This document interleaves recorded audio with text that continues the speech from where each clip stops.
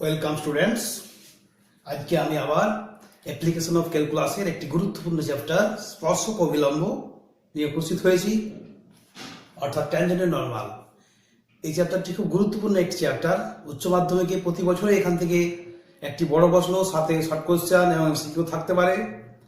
এছাড়া joint entrance এবং বিভিন্ন কম্পিটিটিভ এক্সামেও কিন্তু এই চ্যাপ্টারটি খুব গুরুত্বপূর্ণ। যাই হোক, আমি শুরু করছি তাহলে। তো প্রথমে স্পর্শক অভিলম্ব, এই চ্যাপ্টারটি শুরু করার জন্য আমাকে প্রথমে স্পর্শক এবং অভিলম্বের ডেফিনেশন জানতে হবে। তো ইতিপূর্বে তোমরা ক্লাস 10-এ বৃত্তের স্পর্শক সম্বন্ধে জেনেছো যে কোনো একটি সরলরেখা যদি বৃত্তকে একটি বিন্দুতে স্পর্শ করে তাহলে সেই সরলরেখাটিকে বলা হয় বৃত্তের স্পর্শক। এখানে কিন্তু আমাদের শুধুমাত্র বৃত্তের মধ্যে সীমাবদ্ধ নেই, ওয়াইড এফেক্ট যে কোনো কার্ভ হতে পারে, সেটা বৃত্ত হতে পারে, উপবৃত্ত হতে পারে, অধিবৃত্ত হতে পারে বা পরাবৃত্ত হতে পারে বা অন্য আননোন কার্ভও হতে পারে। সেই কার্ভের উপর কিন্তু স্পর্শক এবং অভিলম্ব আমাদের এই চ্যাপ্টারে আলোচ্য বিষয়। যাই হোক, তাহলে ফার্স্ট কাজ হচ্ছে আমাদের স্পর্শক এবং অভিলম্ব কি সেই ডেফিনেশনটা আমার জানা। তাহলে ডেফিনেশনগুলো আমাকে জানতে গেলে দেখো, প্রথমে আমি ধরে নিচ্ছি কি যে একটা কার্ভ হচ্ছে, যে কোনো একটা কার্ভ, ধরো y/x একটা কার্ভ। কি কার্ভ? কার্ভটা হচ্ছে অবশ্যই একটা অপেক্ষকের কার্ভ, ফাংশনের কার্ভ, এবং ফাংশনটা কি? ফাংশনটা অবশ্যই কন্টিনিউয়াস। তো এবার ধরে নিচ্ছি আমি, ধরো এখানে ধরো এই যে কার্ভটা আছে, কার্ভটার উপর আমি ধরে নিচ্ছি যে কোনো দুটো বিন্দু হচ্ছে পি কিউ। কি ধরে নিলাম? ফার্স্ট কাজ হচ্ছে ধরে নিচ্ছি যে ধরি y/x সন্তত অপেক্ষকের লেখের উপর, মানে কার্ভের উপর, গ্রাফের উপর যে কোনো দুটি বিন্দু পি ও কিউ। এবার আমরা কি করতে পারি? তাহলে এই পি কিউটা যদি আমরা জয়েন করি, পি কিউটাকে আমরা যদি জয়েন করি এই দুটো সরলরেখা, এই দুটো বিন্দুকে, তাহলে এই পি কিউ যেটা আমি জয়েন করছি, পি কিউ বিন্দু দুটো যদি আমি জয়েন করেছি, তাহলে আমি কি পাচ্ছি? তাহলে পি কিউ রেখাংশকে বলা হবে, পি কিউ রেখাংশকে কি বলা হয়? এই কার্ভের জে বা কর্ড। পি কিউ রেখাংশ হলো y/x বক্রের জে, বা ইংরেজিতে বলা হয় কর্ড বলা হয়। তো এবার দেখো, যদি এরকম হয় যে এই পি বিন্দুটা স্থির থাকলো, এবার কিউ বিন্দুটা যদি একটু মুভ করতে থাকে, অর্থাৎ চলমান হয়, এবং এটা যদি ধীরে ধীরে পি এর দিকে অগ্রসর হয়, অবশ্যই কার্ভের উপর থেকে, অর্থাৎ কার্ভের উপর থেকে যদি কিউটা অ্যাপ্রোচ করে পি এর দিকে, তাহলে আমরা সীমাস্থ অবস্থায় একটা সরলরেখা পাবো, এবং সেটাই হয়ে যাবে। দেখো, এটাকে আমি যদি বলি, এটা আমি যদি নাম দিয়ে দিই, ধরো এটাকে আমি একটা নাম দিয়ে দিচ্ছি, এটা ধরো, এটাকে আমি নাম দিয়ে দিচ্ছি, এটাকে ধরো টি বললাম। তাহলে কিউটা যদি অ্যাপ্রোচ করে পি এর দিকে অগ্রসর হতে হতে, কিউটা মুভ করছে, অগ্রসর হচ্ছে কার দিকে? পিউর দিকে, তাহলে সীমাস্থ অবস্থায় কি হবে? আমরা কিউপি যে সরলরেখাংশটা পেয়েছি, কিউপি যে জেটা পেয়েছি, সেটা কি করবে? সেটা তখন এই পিটি সরলরেখার দিকে অ্যাপ্রোচ করবে। তাহলে এই যে পিটি সরলরেখাটা আমরা পাবো, অর্থাৎ কিউটা যখন অ্যাপ্রোচ করছে পি এর দিকে, কিউটা মুভ করে করে পি এর দিকে যাচ্ছে, তখন যে আমরা পিটি সরলরেখাটা পাবো, তাহলে সেই সীমাস্থ সরলরেখাটাকে বলা হচ্ছে, মানে পি কিউ যে সীমাস্থ অবস্থা। তাহলে আমি কি পাচ্ছি? পি কিউ জায়ের সীমাস্থ অবস্থান, অর্থাৎ এটাকে বলা হচ্ছে লিমিটিং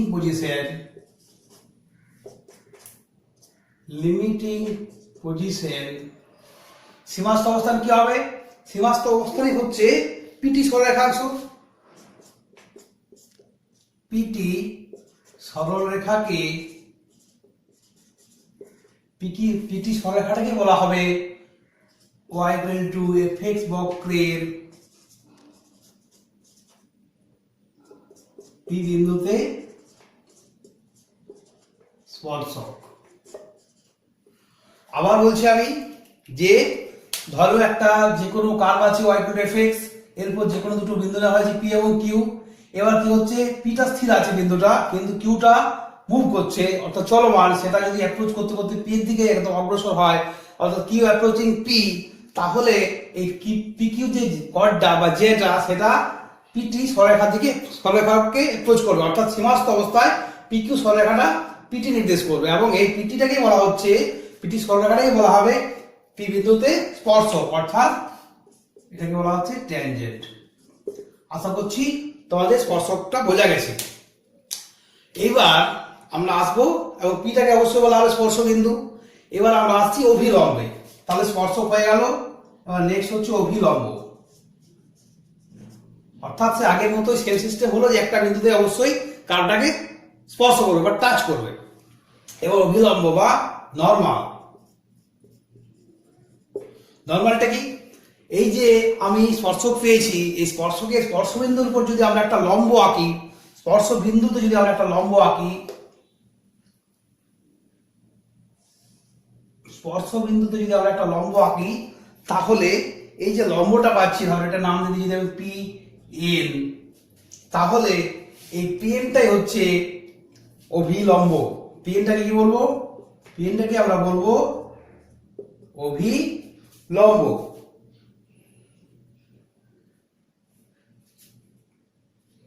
পিএনটাকে বলা হবে অভিলম্ব বা ইংরেজিতে বলা হচ্ছে নরমাল। আর এই পি বিন্দুটাকে বলা হবে অভিলম্বের পাদবিন্দু, ফুট অফ দা নরমাল। তাহলে এই হলো স্পর্শক আর এই হচ্ছে অভিলম্ব। আশা করছি তোমাদের স্পর্শক এবং অভিলম্ব দুটি ক্লিয়ার হয়েছে।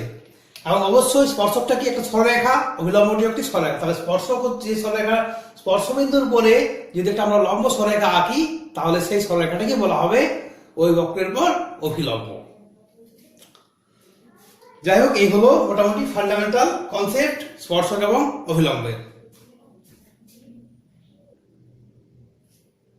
এবার আমরা চলে আসছি অন্তর্কলজে জ্যামিতিক তাৎপর্যে। আমরা স্পর্শক এবং অভিলম্বের সমীকরণ নির্ণয় করার পূর্বে এই জিনিসটা আমাদের জেনে রাখা খুব দরকার। অনেকেই হয়তো জানো, তাও আমি আরেকবার স্মরণ করে দিচ্ছি যে জিওমেট্রিক্যাল ইন্টারপ্রিটেশন অফ ডেরিভেটিভ বা অন্তর্কলজের জ্যামিতিক তাৎপর্য। দেখো এখানে আমরা যদি y equal to fx একটা কার্ভ ড্র করি, এখানে ধরো y equal to fx একটা কার্ভ ড্র করেছি, অবশ্যই কার্ভটা হবে কি কন্টিনিউয়াস বা সন্তত অপেক্ষক হবে। তো এখানে আমরা যদি একটা ড্র করি কার্ভ, এবার আমরা কি করব, এবার হচ্ছে আমরা ধরো একটা দুটো বিন্দু নিয়েছি, একটা পি একটা বিন্দু নিয়েছি, এটার উপরে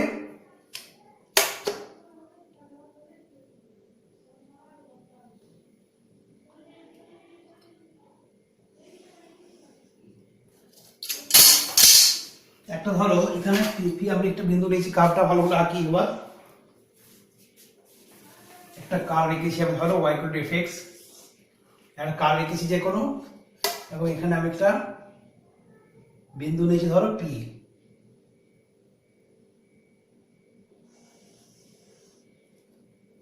একটা পি বিন্দু নিয়েছি, পি বিন্দু নেওয়া হয়েছে। এবার এটার উপর যদি আমি একটা অপর একটা বিন্দু নিয়ে নিই কিউ, তাহলে এই পি কিউ কে যোগ করে আমি একটা কোয়াড করছি, পি কিউ। তাহলে দেখো y equal to fx বক্রজি অবশ্যই কন্টিনিউয়াস। তারপর আমি একটা বিন্দু নিয়েছি কি পি, সেটা হচ্ছে x, y, আর এটা হচ্ছে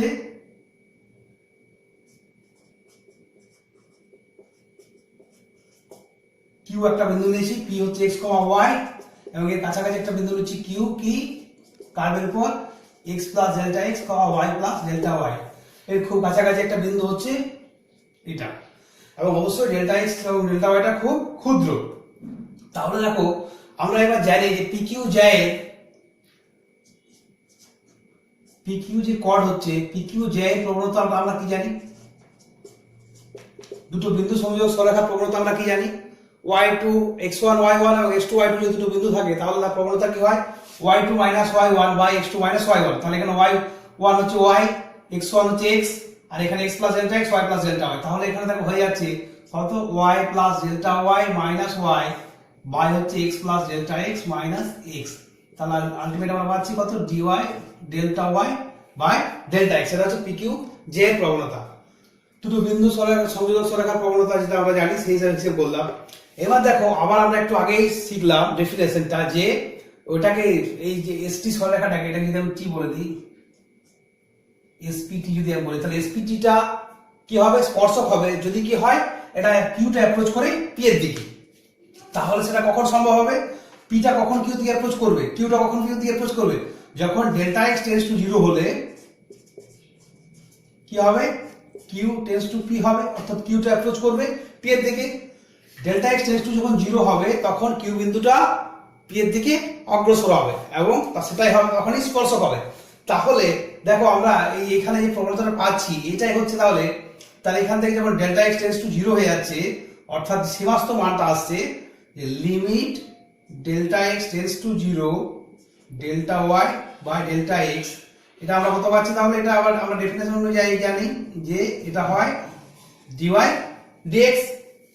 আবার দেখো আমরা কিসে পড়েছি আমরা, তাহলে এখানে যেটা pq j এর প্রবণতা যেটা পেলাম, তাহলে pq j যে আমরা স্পর্শকটা পেয়েছি, স্পর্শকটা যদি ধরো এই বিন্দুতে x অক্ষের ধনাত্মক দিকের সাথে যদি সাই কোণ করে, কি বললাম যে এই xy বিন্দুতে y টু fx বক্রের যে স্পর্শক এঁকেছি সেই স্পর্শকটা x অক্ষের ধনাত্মক দিকের সাথে যদি সাই কোণ করে তাহলে স্পর্শকের প্রবণতার ডেফিনেশন কি হয়, এটা যখন অ্যাপ্রোচ করছে তখন সেটা কি স্পর্শকের প্রবণতা হয়ে যাচ্ছে, তাহলে সেটাই হয়ে যায় কত আমরা জানি যে tan psi।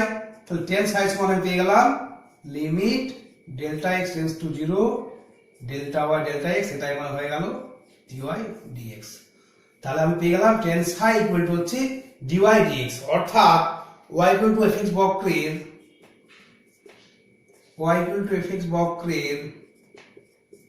x, y বিন্দুতে আবার এই tan psi টা কি হলো স্পর্শকের প্রবণতা, বিন্দুতে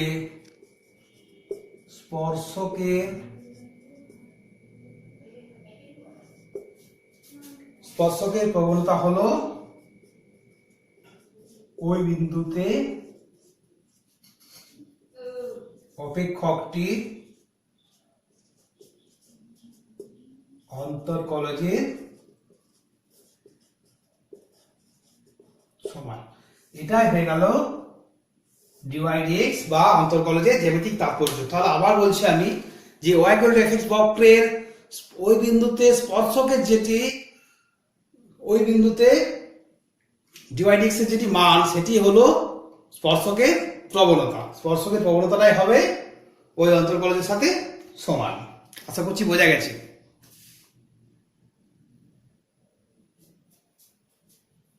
এবার আমরা আসছি যে y equal to fx বক্রের x1 y1 বিন্দুতে স্পর্শক ও অভিলম্বের সমীকরণ। তো দেখো সমীকরণ নির্ণয় করতে গেলে আমরা ক্লাস 11 এ জানি বিন্দু প্রবণতা আকারে সরলরেখার সমীকরণ কি জানি, যে একটা সরলরেখা যদি x1 y1 বিন্দু দিয়ে যায় আর যদি তার প্রবণতা m হয় তাহলে কি হয়, তার সমীকরণটা কি হয় y মাইনাস y1 সমান হচ্ছে m into x minus x1। তাহলে এখানে দেখো আমরা জেনে গেছি যে কি কোনো সব বিন্দুতে প্রবণতাটা কি জানি, প্রবণতা হচ্ছে তাহলে x1 y1 বিন্দুতে y ইকুয়াল টু fx বক্রের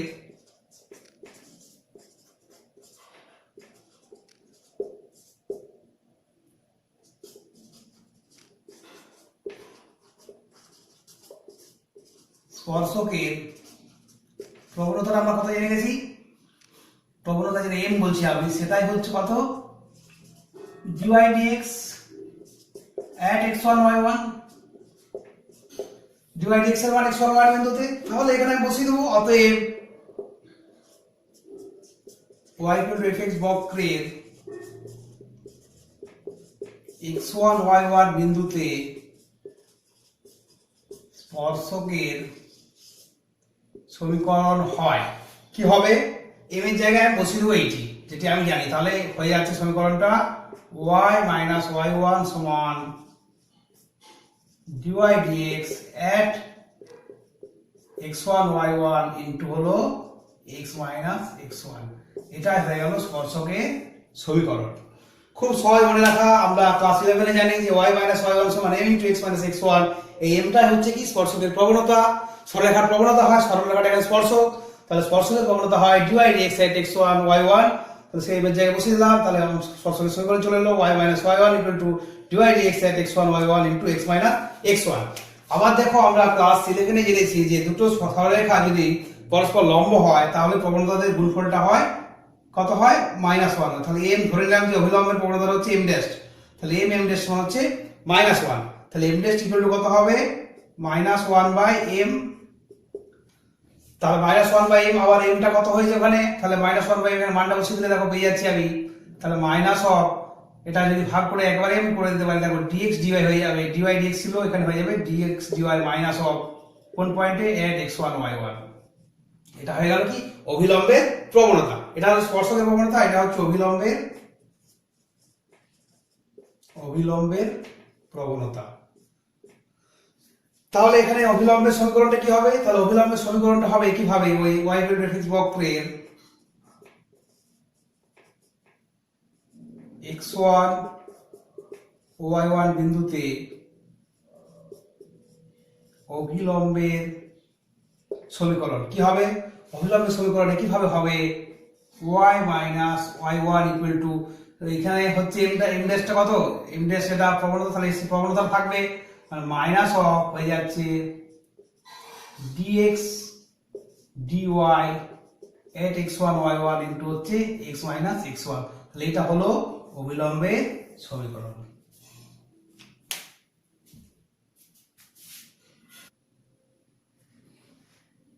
এখান থেকে আমরা কিছু গুরুত্বপূর্ণ সিদ্ধান্তে আসবো। দেখো y ফিক্স বক্রের x1 y1 বিন্দুতে স্পর্শকের সমীকরণ হয়, এটা আমরা জানি। এবার স্পর্শকটা যদি x অক্ষের সমান্তরাল হয়ে যায়, স্পর্শকটা কি হয় যদি x অক্ষের সমান্তরাল প্যারালাল টু x অ্যাক্সিস যদি হয়, তাহলে কি হয় আমরা জানি যে স্পর্শকটা যদি x অক্ষের সমান্তরাল হয়ে যায় তাহলে dy dx টা 0 হয়ে যাবে, কারণ স্পর্শকটা যদি x অক্ষের সমান্তরাল হয় সাইডে 0, তাহলে tan 0 0 হলো, তাহলে dy dx at x y1 y 0 হয়ে গেল। তার মানে তখন সমীকরণটা কি দাঁড়াবে y minus y1 equal to 0, that is হয়ে যাবে y ইকুয়াল টু y1। এটা হলো x অক্ষের সমান্তরাল। আর y অক্ষের সমান্তরাল হলে কি হবে স্পর্শকের সমীকরণ, y অক্ষের যদি সমান্তরাল হয় তখন কি হবে, তাহলে y অক্ষের যখন সমান্তরাল হয়ে যাচ্ছে তার মানে কি হবে dy dx টা হবে ইনফিনিটি, π/2 হয়ে যাচ্ছে অ্যাঙ্গেলটা, তাহলে tan dy dx হচ্ছে ইনফিনিটি। তাহলে ইনফিনিটি যদি হয় তাহলে 1/∞, এটা ইনফিনিটি গেলে তো 1/0, তখন কি হবে, তখন আমার সমীকরণটা হয়ে যাবে x minus x1 equal to 0। এখানে যদি 1/0 করে দিই তাহলে যদি গুণ করলে এটা 0 হয়ে যাবে, that is x minus x1 টা 0 হবে। তাহলে এখান থেকে আমি পেয়ে যাবো যে যখন y অক্ষের সমান্তরাল হবে তখন স্পর্শকের সমীকরণ হবে x ইকুয়াল টু x1। আর দুটো জিনিস আমাদের জানতে হবে যে অভিলম্বের সমীকরণটা হচ্ছে এটা, যখন অভিলম্বটা x অক্ষের সমান্তরাল হয়ে যাবে, অভিলম্বটা যখন x অক্ষের সমান্তরাল হবে, অভিলম্বটা x অক্ষের সমান্তরাল হবে মানে কি হবে, তাহলে তখন আমার যে সমীকরণটা দাঁড়াবে সেটা হবে x ইকুয়াল টু x1। অভিলম্বের সমীকরণটা মানে এটা ইনফিনিটি হবে, তখন উল্টোটা হবে, এটা 1/0 করতে হবে, তাহলে এটা ইনটু করলে 0 হয়ে যাবে, তাহলে এটা ইকুয়াল টু 0 হবে, that is x equal to x1 হবে। আর y অক্ষের সমান্তরাল হলে কি হবে, y অক্ষের সমান্তরাল হলে হবে y equal to y1। y অক্ষের যখন সমান্তরাল হয়ে যাবে তখন কি হবে, এটা 0 হয়ে যাবে, মানে dx dy টা 0 হবে, মানে dy dx ইনফিনিটি হবে, তাহলে এটা dx dy টা 0 হবে, তার মানে এটা 0 হয়ে এটা পুরো 0, তাহলে y minus y1 equal to 0, that is y equal to y1। তাহলে এগুলো কিন্তু আমাদের অনেক সময় শর্ট কোশ্চেনে থাকে, তাহলে এগুলো আমাকে মনে রাখতে হবে। এবার আমরা বিভিন্ন বক্রের উপর, বিশেষ করে কনিকের উপর, বিভিন্ন ধরনের কনিকের উপর আমরা স্পর্শকের সমীকরণ নির্ণয় করব। কি কি আছে, বৃত্ত আছে, অধিবৃত্ত, উপবৃত্ত, পরাবৃত্ত, এগুলো তোমাদের সিলেবাসে আছে। তো আমি প্রথমে একটা দেখিয়ে দিচ্ছি, এগুলো হলেই কিন্তু বাকিগুলো করা যাবে, এবং এই কনসেপ্টগুলো কিন্তু খুব গুরুত্বপূর্ণ। যদিও পরীক্ষার সময় স্পর্শকের সমীকরণ নির্ণয় করে এরকম বলবে না, কিন্তু অঙ্ক করতে গেলে আমার খুব কাজে লাগবে। তাহলে আমরা একটি মডেল হিসাবে দেখিয়ে দিচ্ছি যে x² + y² = a², বৃত্তের উপরিস্থিত x1 y1 বিন্দুতে স্পর্শকের সমীকরণ কিভাবে নির্ণয় করতে হবে সেই সিস্টেমটা আমি তোমাদের বুঝিয়ে দিচ্ছি। তাহলে ধরে নিচ্ছি এখানে দেখো, এখানে বৃত্তের সমীকরণটা কত আছে, এখানে বৃত্তের সমীকরণে দেখো আমার বলে দেওয়া আছে যে x1, y1। তাহলে প্রদত্ত বৃত্তের সমীকরণ কত বলা আছে, প্রদত্ত বৃত্তের সমীকরণ হচ্ছে x² + y² = a²। এটা আমি এক নাম্বার নাম দিলাম। কি টেকনিকে আমরা করব সেটা আমি বোঝানোর চেষ্টা করছি। প্রথম কাজ হবে x এর রেসপেক্টে ডিফারেন্সিয়েট করছি, differentiating with respect to x, বা বাংলায় বলবে যে x এর সাপেক্ষে উভয় পক্ষের অবকলন করে পাই। উভয় পক্ষের অবকলন করছি দেখো, তাহলে এটা হবে 2x আর এটা হয়ে যাবে 2y dy dx = হচ্ছে 0। এখান থেকে আমি dy dx কত পেয়ে যাচ্ছি, or dy dx পেয়ে যাচ্ছি দেখো -(x/y)। এবার আমরা কি করব, অতএব x1 y1 বিন্দুতে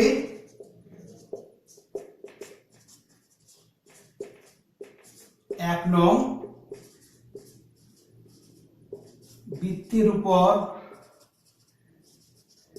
স্পর্শকের সমীকরণ হয়। আমরা জানি কি স্পর্শকের সমীকরণের সূত্রটা জানি কি, y -y1 = হচ্ছে dy dx at x1 y1 হচ্ছে x - x1। এবার বসিয়ে দিচ্ছি দেখো, তাহলে y -y1 পেয়ে গেলাম আমি, dy dx x1, এটা dy dx হচ্ছে এই পয়েন্ট x1 y1 মানে কি, x এর জায়গায় x1 y এর জায়গায় y বসে যাবে, -(x1/y1 × x - x1)। আর এবার গুণটা করে দিচ্ছি, তাহলে দেখো হয়ে যাচ্ছে y y1 -y1² = হচ্ছে -x(x1) প্লাস হচ্ছে x1²। এবার এটা এদিকে নিয়ে চলে আসছি, অর্ধেক হয়ে যাচ্ছে और y y1 প্লাস x(x1) = এদিকে হয়ে যাচ্ছে দেখো চলে গিয়ে x1² প্লাস y1²। আবার দেখো একটা জিনিস আমি পাচ্ছি যে x1 y1 পাশে লিখে দাও, যেহেতু x1, এখানে লিখতে হবে দেখো এই যে x1 y1 বিন্দুটা কোথায় আছে, x1, y1 বিন্দুটি এক নং বৃত্তের উপর অবস্থিত। অতএব কি হবে, x1² প্লাস y1² = হবে a²। তাহলে x1² প্লাস y² = হলো a², তাহলে এটা সমান হয়ে গেল a²। তা অতএব নির্ণেয় স্পর্শকের সমীকরণটা কি পেলাম, x(x1) প্লাস y(y1) = হচ্ছে a²। এটা আমরা কিন্তু নির্ণয় করে ফেললাম। এই টেকনিকে কিন্তু আমরা ইলিপস, প্যারাবোলা, হাইপারবোলা বা অন্যান্য যে কার্ভ দেওয়া থাকবে সেভাবে কিন্তু আমরা স্পর্শকের সমীকরণ নির্ণয় করব। আর অভিলম্বের সমীকরণটা সেম ভাবে হবে, তখন dx dy বের করব, তারপর সমীকরণ করে বসাবো। আর বিন্দুটা ওই এর উপর থাকবে, কার্ভের উপর থাকবে, তাহলে সেই সম্পর্কটাকে আমরা কাজে লাগিয়ে সিম্পলিফাই করে এইভাবে আমরা নিয়ে আসবো স্পর্শকের সমীকরণ বা অভিলম্বের সমীকরণ। এর পরবর্তী ভিডিওটিতে আমরা যে এসএনদের বইয়ে বিভিন্ন সমস্যা আছে, MCQ, short answer type, very short answer type এবং ডেসক্রিপটিভ যে কোশ্চেন আছে সেগুলো নিয়ে আমরা পরবর্তী ভিডিওটিতে আলোচনা করব। যদি কোনো জায়গায় কোনো বোঝার সমস্যা থাকে অবশ্যই কমেন্ট করবে। যে কোনো চ্যাপ্টার করতে গেলে কিন্তু ভালো করে আগে থিওরি পার্টটি ভালো করে ক্লিয়ার করতে হবে, তারপরে তোমরা উদাহরণগুলো দেখবে, তারপর অঙ্ক করবে, অবশ্যই করতে পারবে নিজে থেকে। কোনো সমস্যা থাকলে অবশ্যই কমেন্ট করে জানাও। ধন্যবাদ।